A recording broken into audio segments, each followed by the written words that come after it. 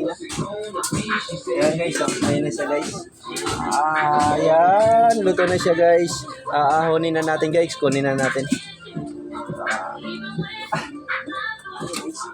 Ayan. Hi guys. Guys.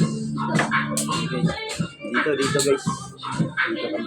Nakahakas yung aming mami. Yung mami naming buntis. Ayan guys. Luto na guys. Tingnan nyo guys. Ayan na guys. Yan. Luto na guys. Kukuha na ako guys yung ulam namin ngayon. Kasi papasok na ako sa trabaho.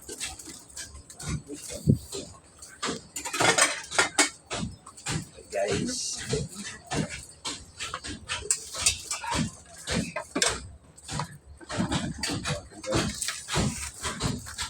Aray ko. Mainit pa.